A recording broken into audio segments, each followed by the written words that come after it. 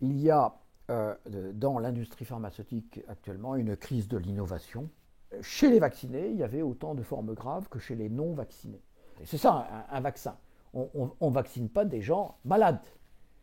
Et maintenant, il y a consensus général pour dire non, ces vaccins n'empêchent pas la transmission du virus d'une personne à l'autre. Vous vous rendez compte, vous allez modifier le génome des cellules hépatiques d'une personne. Dans le doute, on s'abstient.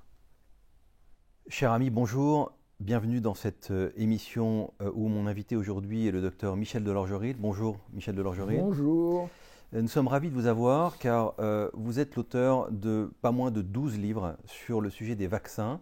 Et c'est vrai que vous apportez une pierre à l'édifice de toutes les questions qu'on se pose autour de la vaccinologie et surtout de l'avenir. En 2017, la France a rendu quasi obligatoire, pourquoi je dis quasi obligatoire? Parce que vous ne pouviez plus inscrire votre enfant dans une crèche, 11 vaccins pour nos enfants. Et depuis la vaccination Covid, eh bien, cette vaccinologie a occupé l'espace médiatique à tel point qu'on a l'impression que pas un mois ne passe sans qu'on se dise que l'avenir est au tout vaccinal. C'est-à-dire que dans les 10-15 années à venir, on ne parle plus tellement de thérapie contre les cancers, on ne parle plus de thérapie contre rien, on va voir le vaccin. Et je pense que vous devez y voir clair, vous devez savoir exactement ce que c'est qu'un vaccin et surtout si demain on vous propose de nouveaux vaccins. Là, par exemple, en ce moment, on est en train de proposer à tous les jeunes gens et les jeunes filles le fameux vaccin contre le papillomavirus. On a beaucoup de problèmes de fiabilité sur ce vaccin, j'espère que vous allez nous en parler. Mais plus largement, eh bien, il est très probable que dans les 20-30 années à venir, vous allez voir apparaître de plus en plus de vaccins, ou en tout cas présentés comme tels. Et j'ai à mes côtés quelqu'un qui n'est pas du tout un anti-vax, mais qui a été parmi les premiers à tirer la sonnette d'alarme en 2017 quand eh bien, les 11 vaccins sont rentrés dans la loi et qui depuis a écrit donc tous ces livres sur les vaccins que je vous invite évidemment à consulter. Ils sont publics, hein, vous les trouvez à la FNAC ou sur Amazon ou chez votre libraire. Docteur Michel Delorgeril, quel est votre sentiment sur tout à coup, parce que les vaccins évidemment depuis Pasteur, on en a régulièrement, nos grands-parents avaient déjà le diphtérie, tétanos, polio, le fameux DTP, il y en avait 3, etc. Comment vous expliquez l'accélération dans ces 10 dernières années de la course au vaccin et comment évaluez-vous les risques, c'est une question très large que je vous pose, que demain nous soyons tous vaccinés contre tout? Alors, la première partie de votre question, c'est pourquoi cette exaltation actuelle pour la médecine des vaccins. Bien. Alors, basique de basique, il y a dans l'industrie pharmaceutique actuellement une crise de l'innovation. Les miracles du XXe siècle ne se reproduisant pas, et l'industrie pharmaceutique, je vais vite sur cette question, mais l'industrie pharmaceutique est de toutes les industries du monde économique moderne, celle qui rapporte le plus en termes de profit et en termes de distribution aux actionnaires. C'est pas comparable avec l'industrie automobile, par exemple. Bon, donc, si vous voulez conserver cette place prépondérante, vous devez renouveler systématiquement votre marché. Hein, c'est le pipeline des nouveautés thérapeutiques. Et bien là, il y a un grave problème d'innovation. On ne trouve plus de nouveaux médicaments. Non, voilà. On en trouve quelques-uns, bien sûr, hein, mais par rapport à ce qu'on a connu au XXe siècle, par exemple, c'est un effondrement, littéralement. Donc il faut trouver de nouvelles pistes, de nouveaux produits. Alors il y a quelques nouveaux produits, on peut en parler, hein, c'est l'immunothérapie, les anticorps monoclonaux, etc. Et vous voyez que là, on est déjà anticorps, on se rapproche du système immunitaire, donc du monde des vaccins. Et puis il y a les vaccins, hein, immunothérapie, vaccinothérapie. Ce sont, je pense, parmi les deux pistes qui sont les plus privilégiées à l'heure actuelle par l'industrie pharmaceutique, faute de mieux. Donc, business aidant, il faut absolument développer ces sources d'innovation. Et je vous rappelle quand même que récemment, on a publié, c'est pas moi qui l'ai publié, hein, c'est un groupe anglais, que parmi les nouveautés de l'industrie pharmaceutique, seulement 5% avaient été acceptés par des experts comme bénéfiques. Ça veut dire que sur les 10-15 dernières années, 95% des nouveaux produits sur le marché français, notamment ou européen, étaient inutiles. Ça, c'est un article scientifique qui le dit. Hein. Oui, bien sûr, c'est le Journal of the American Medical Association et les investigateurs sont des Anglais, donc vous voyez, c'est des gens fiables. Enfin. Oui, bien sûr, c'est tout à fait crédible, mais les médecins le savent. Hein, les médecins le savent. Parmi les produits nouveaux qui leur sont proposés, la plupart sont des répétitions de produits anciens, légèrement modifiés pour obtenir un brevet et par conséquent pour obtenir un prix de vente significatif pour les finances de l'industriel. Voilà. Donc cette crise de l'innovation, c'est la principale raison pour laquelle on développe à nouveau des vaccins nouveaux. Alors qu'est-ce qu'il faut en penser de ces vaccins dits nouveaux? Alors, ça dépend lesquels. Hein. Je vais vous donner 2 ou 3 exemples. Les vaccins contre la rage, hein, on en a beaucoup parlé avec Pasteur par exemple, étaient incroyablement toxiques. On a été capable de mettre au point et de fabriquer, de manière industrielle donc, de nouveaux vaccins contre la rage qui semblent utiles, efficaces et beaucoup moins toxiques que les vieux vaccins de l'époque de Pasteur. Alors là, on le sait parce qu'il n'y a pas d'essais cliniques démontrant l'efficacité de ces vaccins contre la rage, mais les gens sur le terrain, et je pense notamment en Asie, au Cambodge, je pense que c'est au Cambodge ou au Laos, où il y a des animaux qui ont la rage et où des personnes se font mordre par des animaux enragés, on sait que dans ce cas-là, si on les vaccine, ils survivent. Enfin, la grande majorité survivent, alors que la rage, si vous êtes mordu par un animal enragé, c'est 100% de mortalité. Il y a un autre type de vaccin où il y a eu des progrès intéressants, c'est ceux contre la fièvre jaune. Là aussi, c'est des c'est des vaccins extraordinairement toxiques. On a réussi à avoir des vaccins moins toxiques. Bon, voilà, donc là, de ce côté-là, il y a des progrès. Je ne vous dis pas qu'il faut vous vacciner contre la fièvre jaune si vous allez parce que ça reste toxique. Mais il n'y en a pas en Europe, donc de toute façon... Oui, mais bon, il y a des gens qui vont du tourisme, il y a des gens qui vont travailler...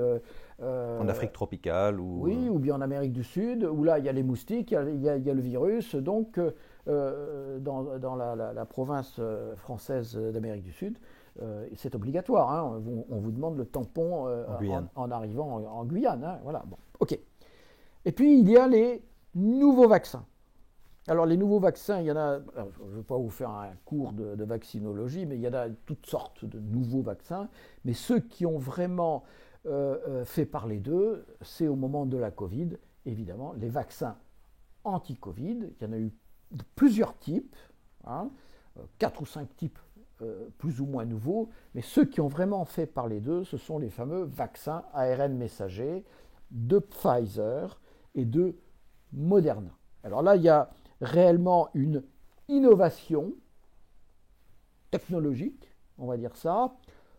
Pas vraiment, hein, parce que, comme vous l'avez vu, on a attribué le prix Nobel de médecine 2023 à des gens qui avaient mis au point une technique sur les ARN messagers. Et il y a 10 ans à peu près, ils parlaient déjà de vaccins à propos des ARN. Alors allez-y, continuez sur ces nouveaux vaccins. Oui, alors ces vaccins, ils ont été, pour la première fois dans l'histoire de la médecine, testés sur des grandes populations. Alors avant d'être administrés à des centaines de millions de gens, parce qu'entre l'Europe et les États-Unis et l'Asie, c'est des centaines de millions de gens qui ont été injectés, on va dire ça, qui ont reçu ces injections, mais avant ça, il y a eu des essais cliniques. Et ces essais cliniques, je les décris et je les analyse, les essais cliniques, c'est-à-dire pour vérifier s'ils sont efficaces ou pas. Hein. Ces essais cliniques, publiés dans des grandes revues de médecine à la fin de l'année 2020, donc à la fin de la première année de la pandémie, c'est un simulacre de science. Hein. Voilà, c'est 95% d'efficacité déclarée par les industriels et validée par les autorités sanitaires. Et à part moi, il n'y a aucun scientifique qui a dit attendez, là, il y a un problème de méthodologie, c'est 95% d'efficacité. Non, on ne peut pas valider ça. Je ne l'ai pas validé, je l'ai dit, personne n'a porté plainte contre moi, donc je pense que l'argumentaire que je développais à ce moment-là... Je répète que Michel Delorgerie est habilité à se prononcer sur le sujet, ayant étudié les vaccins depuis de très très nombreuses années, et étant l'auteur, je le répète, d'une douzaine de livres sur le sujet des vaccins. Mais continuez donc. Voilà, alors donc on valide ces vaccins ARN messagers en les présentant comme miraculeux, et on a vu très vite... au cours de l'année 2021, qui n'est pas miraculeux du tout, puisque les vagues se sont succédées. Que vous étiez vacciné ou pas C'était la même chose, vacciné ou pas. Et même certains disent que si vous étiez vacciné, vous étiez plus susceptible de transmettre le virus en cas de récidive de Covid. Donc là, il y avait deux camps qui s'opposaient. Il y a ceux qui disaient, parce que je n'ai pas été le seul à dire attendez, il y a notamment des Américains qui ont dit attendez, c'est bizarre cette histoire-là. Et puis il y a les autres il y avait une véritable exaltation pour ces nouveaux vaccins, ces nouvelles technologies à base d'ARN messager. Et la question aujourd'hui, c'est est-ce qu'ils sont efficaces ou pas? Alors il y a deux aspects pour tout nouveau vaccin. C'est est-ce qu'ils empêchent la transmission d'une personne à l'autre? Et si vous ne vous vaccinez pas pour vous, vaccinez-vous pour les autres qui sont fragiles, qui ne peuvent pas être vaccinés, ou peu importe. Si vous êtes un enfant, il ne faut pas que vous transmettiez à vos grands-parents, qui eux sont plus fragiles que vous, etc. Donc est-ce que ces vaccins empêchent la transmission? Et c'était la principale justification du pass vaccinal. Le pass vaccinal, lui, il était obligatoire. Donc, si vous voulez aller au cinéma, au restaurant, aller travailler dans tel ou tel... il vous faut le tampon du vaccin. C'était la principale justification. Et maintenant, il y a consensus général pour dire non, ces vaccins n'empêchent pas la transmission du virus d'une personne à l'autre. Et alors, on attend là un peu que les autorités sanitaires admettent qu'il y avait eu erreur. Le deuxième enjeu, c'est d'être moins malade. C'est les formes graves. Est-ce que ça empêche les formes graves? Alors là, on n'avait pas de réponse avec les essais cliniques, puisque les essais cliniques publiés dans les grands journaux médicaux, New England Journal of Medicine, à la fin de l'année 2020, ont été conduits chez des personnes jeunes et en bonne santé, et il n'y a eu aucune, ou presque aucune, forme grave. Donc on ne pouvait pas répondre avec les essais cliniques à cette question des formes graves. Alors, on ne pouvait faire qu'à posteriori la constatation que chez les vaccinés, il y avait autant de formes graves que chez les non-vaccinés. Alors là, on a eu à nouveau un simulacre de science avec toutes sortes de gens qui ont fait des études en comparant vaccinés et non-vaccinés, qui sont des populations qu'on ne peut pas comparer, en disant, regardez, il y a plus de gens non vaccinés aux soins intensifs en 2022 que de gens vaccinés. En fait, après beaucoup de discussions assez ridicules vues par un scientifique, on admet que les vagues successives, et notamment en termes de mortalité, n'ont pas été modifiées par la vaccination. Donc le deuxième argument, c'est-à-dire est-ce qu'il y a plus ou moins de formes graves chez les vaccinés par rapport aux non-vaccinés, cet argument aussi est tombé. Donc aujourd'hui, on se trouve dans une situation extraordinaire où la moindre objectivité, c'est de dire que ce qui nous avait été dit sur l'efficacité de ces vaccins anti-Covid, c'est faux. Mais une administration ne va jamais admettre qu'elle s'est trompée ou qu'elle a été trompée. Les industriels non plus. Aujourd'hui, nous, on vous a dit ce qu'on avait, et par conséquent, c'est vous qui avez décidé que, etc. Et s'il y a des effets indésirables, ce n'est pas de notre faute, c'est de votre faute, puisque vous nous avez quasiment forcés à mettre sur le marché ces vaccins. Et donc là, il y a deux camps qui s'opposent. Ceux qui disent, finalement, ça ne sert à rien, ces vaccins, et puis l'autre camp qui dit, regardez, c'est un miracle. D'ailleurs, on a vaincu la Covid, puisqu'il n'y a plus de Covid. Bon, Et c'est grâce au vaccin. Oui, bon, on en a abondamment parlé. On sait très bien comment la Covid s'est finalement vaincue elle-même progressivement. Vous l'aviez vous-même annoncé en tant qu'épidémiologue, hein, que progressivement, les années qui suivent l'apparition d'un nouveau virus, eh bien, on assiste à sa décélération. Bien sûr. Voilà, donc on va pas y revenir. Vous avez beaucoup écrit là-dessus. Et je voudrais maintenant qu'on parle de cette vaccinomania qui semble saisir l'ensemble des médias. Donc vous avez expliqué que c'était dans le contexte d'une crise d'innovation. Qu'est-ce qui nous attend dans les années à venir? J'ai l'impression que ça nous attend déjà, puisque pas plus tard qu'en mi-2023, on a vu ressurgir le sujet du vaccin soi-disant contre le cancer du col de l'utérus, et on a besoin de votre avis, de votre éclairage sur ce sujet. Alors, il faut faire la distinction. Le vaccin contre le papillomavirus, le plus célèbre, c'est le Gardasil. C'est absolument pas une innovation dans le monde des vaccins. C'est un vieux vaccin déjà.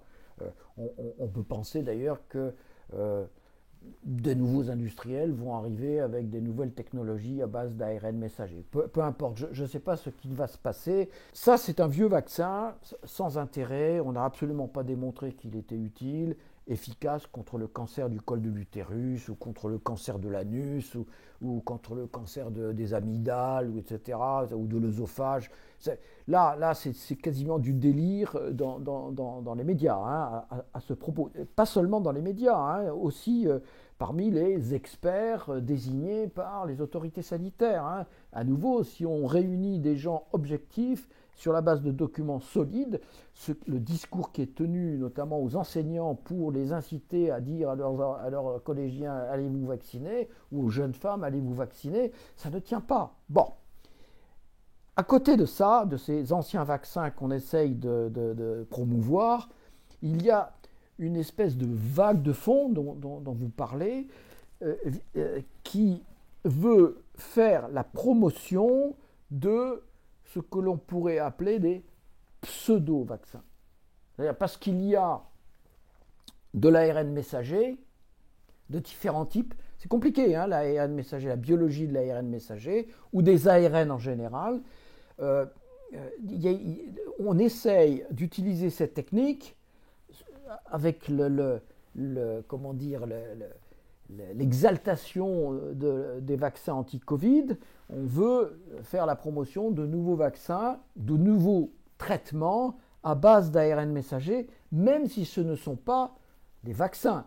Alors, il faut dire qu'est-ce que c'est qu'un vaccin. Alors, il n'y a pas une définition universelle du vaccin, mais bon, pour tout le monde, on sait qu'un vaccin, c'est un produit issu d'un agent pathogène que l'on injecte ou que l'on administre par la bouche à quelqu'un qui n'est pas malade, hein, et on espère que son système immunitaire va enregistrer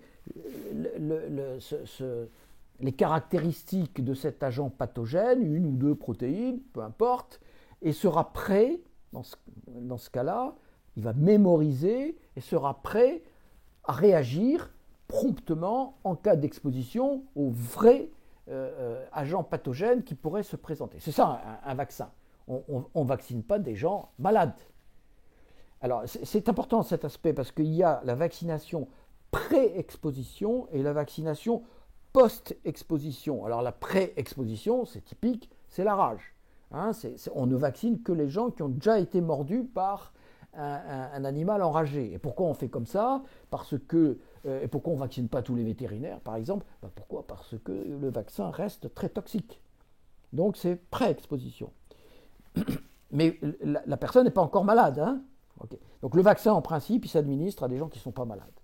Alors maintenant arrivent des produits présentés comme des vaccins en espérant que tout ce qui a été dit de formidable sur les vaccins ARN messagers... Oui, parce que ce point est important, parce qu'il y a le mot magique. Quand on entend immunothérapie, etc., le commun des mortels se dit, tiens, je vais quand même être un peu méfiant. Mais le mot vaccin, tout coup, Voilà. Vous allez sourire, vous dites, ah non, depuis Pasteur, on sait que c'est bon. Voilà. Donc, ça, c'est vraiment, on est dans le mythe complet. Hein, le vaccin contre la rage, Pasteur a sauvé le petit garçon qui s'est fait mordre, etc. Finalement, on a su que que le chien qui avait mordu le petit garçon, il n'avait pas la rage, il a très bien survécu. Bon, c'est toute une mythologie auquel on ne doit pas toucher. Hein. C'est quelque chose, Pasteur, c'est divin, c'est comme Jeanne d'Arc. Ok, mais pourquoi pas? Il a fait du très bon travail aussi, Pasteur. Mais la notion de vaccin, ça vient aussi de Jenner, hein, l'anglais et la variole. On prétend qu'on a vaincu la variole grâce au vaccin. Si vous regardez les textes de l'OMS, pas du tout. C'est pas le vaccin qui a vaincu la variole. L'éradication, c'est au contraire. On montre les documents extraordinaires de l'OMS. Vous allez, vérifiez-vous par vous-même, je le cite dans mes livres, montre que le vaccin ne marchait pas. Et que c'est quand on a fait du confinement, qu'on a vraiment isolé les gens qui étaient malades ou qui étaient susceptibles d'avoir transmis le vaccin à d'autres. La maladie, pas le vaccin. Le virus à d'autres, excusez-moi, oui, que l'on a vaincu la variole. Mais la variole est un cas très particulier parce qu'il n'y a pas de porteur sain. Oui, c'est un élément absolument fondamental. Il n'y a pas de porteur sain. Ce qui veut dire que si vous êtes porteur du virus, vous êtes malade. Avec la Covid, vous voyez, c'est complètement différent. Vous pouvez être porteur sain, c'est-à-dire vous pouvez avoir le virus, ne pas être malade et le transmettre autour de vous. C'est le problème majeur de ce type de pathologie. Alors revenons à ces fameux pseudo-vaccins. Alors ces fameux pseudo-vaccins, alors là, ils pullulent littéralement en disant, vous voyez, on va vaincre la maladie d'Alzheimer grâce à un vaccin. L'hypertension. Alors, l'hypertension, c'est un peu différent. Hein. Avec l'hypertension, on utilise des anticorps monoclonaux. Alors, vous voyez, c'est donc de l'immunothérapie. Pourquoi? Parce que quand vous vaccinez quelqu'un, en fait, vous suscitez chez ce vacciné la production d'anticorps. Et donc, le réflexe, c'est de dire, puisque ces anticorps sont efficaces contre tel agent pathogène, eh ben, je vais moi-même fabriquer des anticorps, je vais les injecter et je vais guérir mon patient. Alors, on peut dire la même chose pour d'autres pathologies que celles dues à des agents pathogènes. C'est l'immunothérapie par les anticorps monoclonaux qu'on peut faire fabriquer dans des usines. Hein. On sait faire des anticorps monoclonaux synthétiques. Monoclonaux, ça veut dire que c'est fabriqué par l'industriel. Et donc maintenant, on propose, en prétendant que ce sont des vaccins, toutes sortes d'anticorps monoclonaux, alors contre des cancers, contre la maladie d'Alzheimer, contre le cholestérol, contre, comme vous dites, l'hypertension artérielle. Et c'est présenté comme des innovations de la médecine des vaccins parce qu'il y a de l'ARN messager dans le circuit. Donc en fait, on utilise l'estampille vaccin comme argument presque marketing, en fait. Complètement. Non, vous pouvez le dire. Alors maintenant, est-ce que ce qu'ils font est toujours négatif? Pas forcément. Vous voyez, alors il se passe en ce moment des choses extraordinaires qui sont post-Covid. C'est-à-dire que, je vous donne un exemple simple, jusqu'à la Covid, il y avait de véritables barrières éthiques concernant la modification des gènes des individus.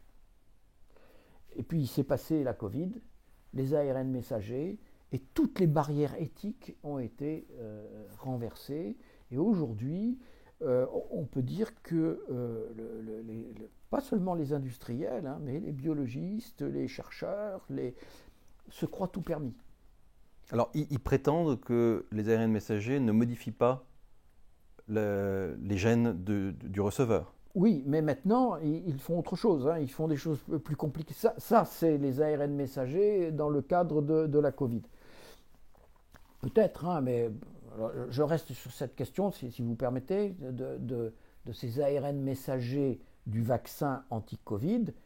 Ils codent pour la protéine S, Spike, hein, qui est l'agent, qui est la protéine essentiellement pathogène du virus. Et ce qui est dangereux chez le virus, c'est notamment la protéine S. Et avec le vaccin, on provoque la synthèse de cette protéine S par nos propres cellules. Vous voyez que c'est quand même... et évidemment, on a les mêmes complications chez ceux qui sont gravement malades à cause du virus et chez ceux qui reçoivent le vaccin. Notamment en cardiologie, c'est absolument évident, on a le même type de complications thromboemboliques, sauf que les complications thromboemboliques dues au virus surviennent essentiellement chez des personnes âgées, tandis que les complications thromboemboliques dues au vaccin sont essentiellement chez des sujets jeunes ou moyennement âgés. Vous voyez la différence. Alors, l'industriel et l'autorité sanitaire vont dire bah, c'est la même chose, il n'y a pas de différence. Si, bien sûr, il y a des différences, ce n'est pas du tout les mêmes personnes. Ok, maintenant je reviens à ce qui se passe en ce moment dans l'exaltation vaccinaliste. On est capable aujourd'hui de modifier les gènes de personnes. Je prends un exemple simple. On injecte des produits qui vont aller jusqu'aux cellules hépatiques et qui vont bloquer, ce sont des ARN messagers, et qui vont aller bloquer le fonctionnement de certains gènes qui contribuent à la synthèse du cholestérol. Dans le foie. Oui, dans le foie. Alors, eux, ils disent que c'est... Alors, il y a une combinaison de deux ARN messagers, l'un pour bloquer un système enzymatique et l'autre pour diriger le premier ARN messager jusque dans le foie, jusque dans la cellule hépatique. Mais là, on n'a aucune évidence que ça n'aurait pas, par malchance, un effet sur d'autres cellules de l'organisme. Et ça, vous voyez, ça vient d'être publié. Alors pour moi qui travaille sur le cholestérol, lire des choses pareilles, c'est-à-dire aller bloquer, vous vous rendez compte, vous allez modifier le génome des cellules hépatiques d'une personne. Vous n'avez aucune idée des effets indésirables potentiels. Et là, la publication qui est extraordinaire, qui est récente, c'est qu'ils nous disent qu'ils ont injecté leurs ARN messagers chez 10 patients. Oui, c'est pas avec ça que vous allez savoir quels sont les effets indésirables de ces... Mais plus grave, c'est que sur les 10, il y en a un qui est mort et un autre qui a fait un très grave infarctus. 2 sur 10. Et évidemment, le comité d'experts chargé d'évaluer s'il y a des effets indésirables de cette technologie disent c'est sans rapport avec... sans rapport prouvé. Sans rapport. Eux, ils disent sans rapport avec notre produit. Voilà, avec ce produit. Vous voyez, donc là, on est vraiment chez les apprentis sorciers. Et vous voyez que cette idée de modifier la génétique d'un individu, c'est là, pour lutter contre le cholestérol, c'est absurde, ça ne sert à rien, mais ça peut être utile dans d'autres pathologies. Oui, alors c'est d'autres technologies qui peuvent être utilisées, mais par exemple dans certaines anémies hémolytiques, la fameuse drépanocytose ou la fameuse thalassémie grave, etc., là, ce sont des gens qui sont vraiment en souffrance, c'est des gens dont le pronostic est mauvais, et là, on a des techniques, apparemment, on est capable de... Ce sont des hémoglobines anormales dans ce cas-là, c'est pas présenté comme des vaccins, mais ça pourrait l'être. C'est un peu comme pour lutter contre le cholestérol ou contre l'hypertension artérielle, mais ces essais n'ont pas été faits avec cette idée-là. Alors là, on est capable à nouveau de modifier la génétique au niveau de la moelle osseuse, c'est-à-dire de rendre capable ces personnes de produire une hémoglobine de bonne qualité, alors que eux, ils ont malheureusement des mutations qui font que leurs hémoglobines sont de mauvaise qualité. Vous voyez, dans ces innovations thérapeutiques, on a à la fois des choses épouvantables, comme vouloir baisser le cholestérol en modifiant la génétique du foie de ces patients, c'est absurde, et puis peut-être des innovations qui permettrait de rendre service dans certaines pathologies. En tout cas, je ne vois pas comment on peut appeler ça des vaccins, puisque dans un cas, un vaccin, on injecte un agent pathogène affaibli en espérant, etc., en espérant une réaction naturelle du corps. Là, ce n'est pas pareil. On va demander expressément telle réaction, on va modifier au fond la réaction par une thérapie génique en fait. Hein. C'est une thérapie. Ce sont des thérapies géniques. Ce sont des thérapies géniques. Oui, bien sûr, ensuite, l'objectif est le même, c'est-à-dire avoir une immunité, obtenir une immunité supérieure. Oui, mais, voilà. mais en réalité, ce n'est pas du tout le même processus. Non, ça n'a rien à voir avec des vaccins. Mais c'est vrai aussi qu'on utilise parfois, parce que quand vous injectez ces ARN messagers, ils sont inconnus de notre système immunitaire, et notre système immunitaire est susceptible de réagir immédiatement et de détruire ces ARN messagers destinés à des cellules spécifiques. Alors vous savez qu'on a utilisé des nanoparticules dans les vaccins de Pfizer et Moderna pour protéger les ARN messagers jusqu'à ce qu'ils soient absorbés par on ne sait pas trop quelles cellules injectées au niveau du muscle. Dans certaines des techniques modernes, mais je ne voudrais pas rendre les choses trop compliquées, certains utilisent des nanoparticules lipidiques, bon, peu importe, mais d'autres injectent aussi des substances immunosuppressives pour empêcher le système immunitaire de rejeter.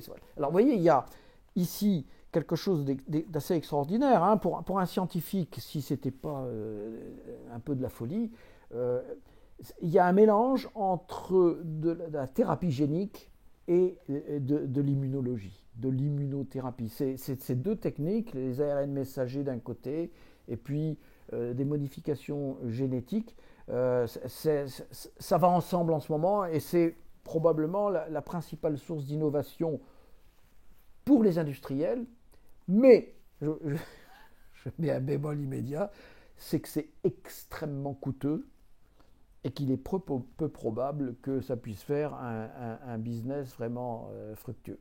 J'en doute. Pourquoi c'est si coûteux ? Parce que, attendez, fabriquer des ARN messagers. Alors, vous pouvez faire des ARN messagers comme on fait Pfizer et Moderna pour des vaccins, mais il y a eu de graves problèmes techniques en cours de route, on va dire ça. Mais pour des maladies aussi spécifiques que la drépanocytose, la thalassémie, etc., ça c'est autre chose. Il y a aussi des thérapies anticancéreuses qui sont proposées et il y a même une vaccinothérapie anticancéreuse, oncolytique. Vous voyez, ce sont des techniques extrêmement coûteuses, très complexes. Alors c'est vrai que là il y a un aspect éthique qui est important à considérer, c'est que quand il s'agit de cancer et de ce type de technique, souvent ça s'adresse à des patients pour lesquels on n'a plus aucune solution. Vous voyez, un mélanome avec des métastases, le pronostic vital est à court terme, et donc là l'expérimentateur obtient assez facilement un accord du comité d'éthique pour faire finalement de l'expérience chez ce type de patient. Mais bon, ça c'est la médecine expérimentale telle qu'on l'a toujours pratiquée. Alors pour revenir à des choses plus concrètes pour les personnes qui nous regardent, j'aimerais que vous réexpliquiez, même si vous l'avez déjà fait dans certains de vos livres, mais de façon très claire et très concise, pourquoi dans cette... alors là, je quitte la zone des ARN messagers, mais je reviens à des choses plus connues des personnes qui nous regardent, la fameuse vaccination contre la grippe. Aujourd'hui, alors en plus de ça, on vous rajoute aussi le Covid aujourd'hui, puisque dans les campagnes d'automne, on vous dit ça sera et la grippe et la... Alors vous avez longtemps vous êtes élevé contre cette vaccination systématique contre la grippe. Est-ce que vous pouvez nous rappeler en termes très très ramassés pourquoi, selon vous, ça n'a pas beaucoup de sens ? Parce que nous n'avons pas d'essais cliniques démontrant l'efficacité de ces vaccins antigrippaux. Voilà, alors pourquoi on n'a pas d'essais cliniques comparant le vaccin avec un placebo ? Parce que chaque année, vous avez de nouveaux variants, mutants, etc., des virus influenza. Dans chaque vaccin, chaque année, vous avez 4 variants nouveaux. Ça fait beaucoup, 4 familles différentes de virus influenza. et généralement, ils sont différents de ceux de l'année précédente. Évidemment, on les identifie dans l'hémisphère sud avant de fabriquer le vaccin pour les patients, pour les sujets à risque de l'hémisphère nord. Dans l'hémisphère sud, on identifie les nouveaux variants. Pendant l'été, on fabrique les vaccins et à l'automne, on les injecte. Donc on n'a absolument pas le temps de faire des essais cliniques, même pas des tests expérimentaux chez l'animal. On n'a pas le temps. Et on injecte dès l'automne. Le prétexte, c'est de dire on a des sujets à très haut risque, ces vaccins ressemblent à ceux de l'année dernière. Non, ils ne ressemblent pas à ceux de l'année d'avant. Ce n'est pas les mêmes industriels forcément qui vont commercialiser de nouveaux vaccins. Donc là, on est complètement dans le vague, dans le brouillard. Et selon un principe qui est devenu quasiment général dans la médecine des vaccins, et qui est un truc extraordinaire que je n'arrive pas à admettre, c'est faisons-le et on verra bien. C'est complètement contraire à la médecine scientifique qui exige d'avoir une démonstration claire de l'efficacité et de l'innocuité relative d'un produit avant de l'injecter à des millions de personnes. Vous avez aussi élevé la voix récemment contre le fameux vaccin contre la bronchiolite qui s'appelle, je crois, je retrouve le Beyfortus, c'est ça? Oui. Fabriqué donc par AstraZeneca et par Sanofi. Distribué par Sanofi. Distribué par Sanofi, voilà. Il semble que les parents se l'arrachent, qu'ils aient envie. Non, c'est pas tout à fait ça. D'abord, premièrement, c'est pas un vaccin. Hein, c'est comme ça que c'est présenté. Alors, dans les médias, oui, mais les médecins en général ont compris que ce n'était pas un vaccin. Il y a un vaccin contre la bronchiolite, mais il est injecté chez les femmes enceintes, il est proposé pour les femmes enceintes et pour les personnes âgées. Mais pour les nourrissons, ce n'est pas un vaccin, voilà, c'est un anticorps monoclonal, on va dire ça pour faire simple. Et vous dites que les gens se sont... Non, il y a une demande très forte de la part des administrations, des hôpitaux, des maternités, etc. Et l'industriel n'était pas prêt à produire en quantité telle qu'il puisse le distribuer dans toute l'Europe, les États-Unis, le Canada et ailleurs. Ce qui fait que, non pas que les gens se soient précipités, mais comme dans les hôpitaux, les maternités, eux les ont proposés de manière systématique, et ben ça a saturé le marché. Et donc, quand vous allez chez le pharmacien, ben non, il n'y en a plus parce que c'est parti à la maternité. Quel est réellement le pourcentage de nourrissons qui ont reçu ces vaccins? On ne le sait pas pour le moment. Mais alors, vous n'en pensez pas beaucoup de bien? Alors, c'est très simple. Hein. Il y a un essai clinique qui a testé ce produit chez des nourrissons. Pour moi, il n'a pas d'efficacité. Voilà, c'est aussi clair que ça. Pourquoi on craint la bronchiolite? C'est une maladie bénigne. En général, le bébé fait sa bronchiolite, il va bien. Il n'y a pas de traitement antiviral. Hein, bon, mais bon, c'est 2 jours de fièvre, avec une famille, des parents normaux, avec un enfant normalement. Bon, c'est vrai qu'il y a des cas exceptionnels, des enfants particulièrement fragiles, peu importe. Est-ce qu'on a une démonstration qu'il est efficace? Non, on a vu dans le seul essai clinique qu'il est testé, on a vu que le nombre d'hospitalisations, c'est des cas graves dans ce cas-là, bronchiolite hospitalisée, n'était pas différent. Donc, mais par contre, il y aurait, selon un autre critère qui est la positivité de la prise de sang, moins de... C'est pas valable. Alors, l'argumentaire des autorités sanitaires, c'est de dire, mais oui, mais nous, on a fait une étude l'année dernière sur mais c'est pas un essai clinique. Il n'y a pas une comparaison avec un placebo. Et on a vu, quand on avait utilisé ce produit, on avait eu moins de bronchiolite. Ça vaut rien du tout, ça. Pour nous, scientifiques, il faut des choses solides pour pouvoir se permettre, pour légitimer l'injection de tels produits à des centaines de milliers, voire des millions. Sur l'Europe entière, c'est des dizaines de millions de nourrissons. C'est pas sérieux. Cette façon qu'ont aujourd'hui et les médecins, et les autorités sanitaires, et les industriels, d'injecter des produits pour lesquels on n'a pas d'évidence que ce soit efficace et dont l'innocuité est inconnue, on ne sait pas. Tant que ça n'a pas été utilisé à grande échelle, on ne sait pas. Ouais, enfin, on pourrait vous opposer que, justement, c'est le serpent qui se mord la queue. C'est-à-dire qu'il faut l'utiliser à grande échelle pour savoir si. Vous dites, ah oui, mais tant que ça n'a pas été. Enfin, vous comprenez, si on empêche le vaccin, ou le soi-disant vaccin, d'être testé à grande échelle, on n'aura jamais la preuve qu'il. Oui, alors vous avez tout à fait raison. Mais je mets une condition. C'est que je veux avoir au moins la démonstration que c'est utile. Alors il y a des gens qui vont vous dire, bon, c'est peut-être inutile, mais puisque visiblement il n'y a pas d'effet indésirable grave, pourquoi pas? Ah oui, mais non, attendez, là, si c'est inutile, je ne l'injecte pas. C'est un principe basique en médecine depuis Hippocrate. Dans le doute, on s'abstient.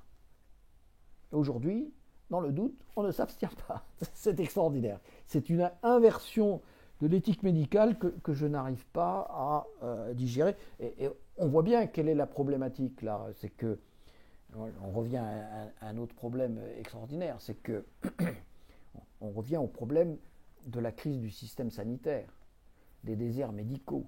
Vous voyez, les autorités sanitaires, les gouvernants sont confrontés à un véritable mur. Et une des solutions qu'ils ont trouvées, c'est d'axer leur politique sur la prévention, prétendent-ils. Alors la prévention, je baisse le cholestérol, je baisse la pression artérielle, je donne ceci, je donne cela, etc., à tort et à travers, ok. Et puis… Je vaccine. Je vaccine.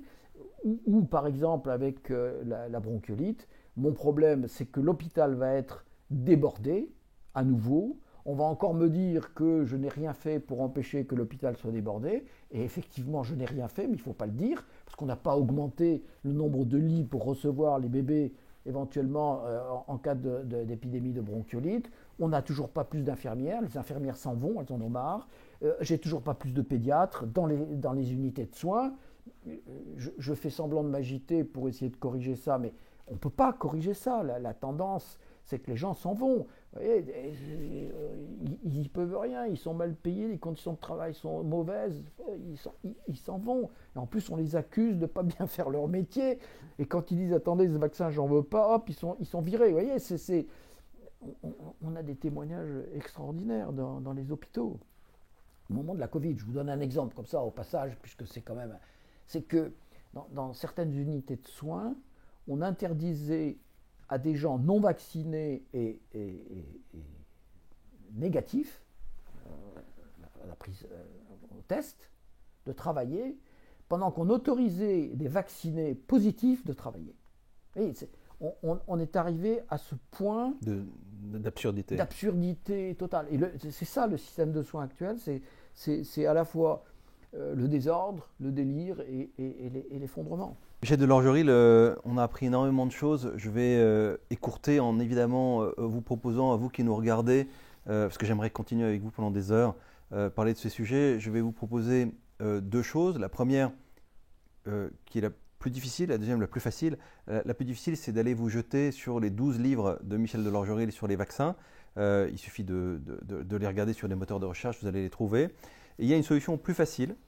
C'est de rejoindre le programme du docteur Delorgeril que nous avons mis en vidéo. C'est-à-dire qu'on a conçu ensemble un canal privé qui s'appelle Santé Maintenant. C'est un canal où vous recevez des informations de santé par le docteur Michel Delorgeril qui vous permettent de faire le tri dans toutes ces informations contradictoires que vous recevez et qui parfois vous égarent, et comme je vous comprends. Je vais vous expliquer dans un instant comment y accéder. Je vais commencer par vous décrire ce que contiennent les vidéos du docteur Michel Delorgeril sur ce canal. Alors d'abord, elles vont vous permettre d'avoir une évaluation plus précise de votre cas personnel. Ce n'est évidemment absolument pas des consultations, ce ne sont pas des consultations, ce sont bel et bien des vidéos d'information, mais qui vous permettent de répondre à des questions de type: est-ce que vous êtes vraiment hypertendu? D'où viennent ces douleurs inexpliquées que vous avez dans le ventre? Pourquoi est-ce que vous avez des migraines le soir, des difficultés à digérer certains aliments, peut-être mal aux articulations, alors que vous n'avez pas de raison. Vous allez pouvoir avoir plus d'informations et savoir d'où peut-être peuvent venir vos problèmes de santé, car Michel Delorgeril va vous proposer des pistes, voilà, des pistes d'interprétation et qui vont beaucoup vous aider. Et puis, il y a l'aspect solution. Alors, Michel Delorgeril étant un médecin prudent, il va évidemment faire le tri et vous orienter vers un corpus de bonnes solutions, mais surtout vous protéger aussi contre ce qu'on pourrait appeler les mauvaises solutions. Par exemple, est-ce que c'est intéressant de s'occuper de son cholestérol? Qu'est-ce qu'il faut penser des statines contre le cholestérol? Les vaccins contre la grippe qu'on vous propose maintenant contre le Covid, parce que c'est grippe et Covid maintenant, hein, chaque automne, est-ce que je dois le faire ou pas? Qu'est-ce qu'il faut que je mange pour améliorer ma mémoire? Comment savoir si je suis peut-être intolérant à certains aliments? Alors ces vidéos sont bien sûr aussi parfois ancrées dans l'actualité et vous allez, grâce à Michel Delorgeril, pouvoir comprendre un peu mieux les enjeux de santé qui nous entourent, quelquefois même des scandales de santé, il y en a tout le temps dans les médias et Michel Delorgeril aborde également ces sujets. Donc vous recevez 2 nouvelles vidéos par semaine en rejoignant ce canal et puis nous avons évidemment voulu que ceux qui prennent le programme en cours de route, qui est peut-être votre cas, puissent avoir aussi accès à un stock de vidéos qui sont déjà là. Voilà. Donc, je répète, non seulement vous avez accès à un stock qui existe déjà au départ, mais en plus de ça, vous recevez au fil des semaines 2 nouvelles vidéos par semaine. Et dans les vidéos qui sont déjà à votre disposition, qui sont déjà là sur le canal, vous avez énormément de réponses à des questions de santé qui, sans doute, j'imagine, vous inquiètent. Je répète que ce ne sont pas des consultations, qu'on soit bien clair là-dessus, c'est un retour à une médecine d'écoute, à une médecine qui vous propose plus que des solutions standardisées à vos problèmes. Je précise que vous allez aussi pouvoir faire profiter de ces informations à vos proches, qui eux aussi peut-être se posent des questions sur leur santé. Et donc, ce nouvel outil qui s'appelle Santé Maintenant avec Michel Delorgeril va à la fois vous permettre de vous guider vous, mais aussi d'aider les gens qui vous sont chers. Alors nous avons même prévu quelque chose qui va vous intéresser, c'est que vous avez la possibilité sur ce canal qui s'appelle Santé Maintenant, de poser des questions au docteur Michel Delorgeril. Je parle bien de vos questions. Nous avons inclus un outil très simple, il suffit juste de cliquer sur un endroit qui vous sera donné et là vous décrivez le problème de santé que vous aimeriez voir abordé et chaque mois, le docteur Delorgeril sélectionne plusieurs questions et va y répondre dans une vidéo. Et c'est très précieux à mon avis parce que vous avez quelqu'un qui s'adresse à vos problèmes et à des problèmes de santé spécifiques auxquels vous n'avez pas forcément de réponse. Pour ceux qui sont intéressés, vous avez déjà un lien d'inscription qui s'affiche en bas de votre écran, donc vous pouvez dès à présent cliquer dessus. Il y a quelque chose que je ne vous ai pas dit et que je trouve qui est important, c'est que Michel Delorgeril, il a une particularité, c'est qu'il a une parole libre. Qu'est-ce que c'est qu'une parole libre dans le monde qui nous entoure? C'est comme on dit en rugby, la capacité de remettre la balle au centre, c'est-à-dire d'y voir clair, d'avoir une information fiable, utile et indépendante. Ce mot indépendant, c'est le mot majeur en fait. Ça veut dire que vous recevez des conseils sans influence, garantis, sans lien d'intérêt avec des laboratoires pharmaceutiques quelconques, avec le lobby agro-industriel d'autre part, et une indépendance aussi vis-à-vis justement du monde des sociétés savantes, des autorités de santé. Voilà. Et cette indépendance-là, elle est très précieuse. C'est ça qui va vous permettre d'avoir confiance dans les solutions de santé qui vous seront exposées et vous ne le trouverez pas ce genre de choses ailleurs.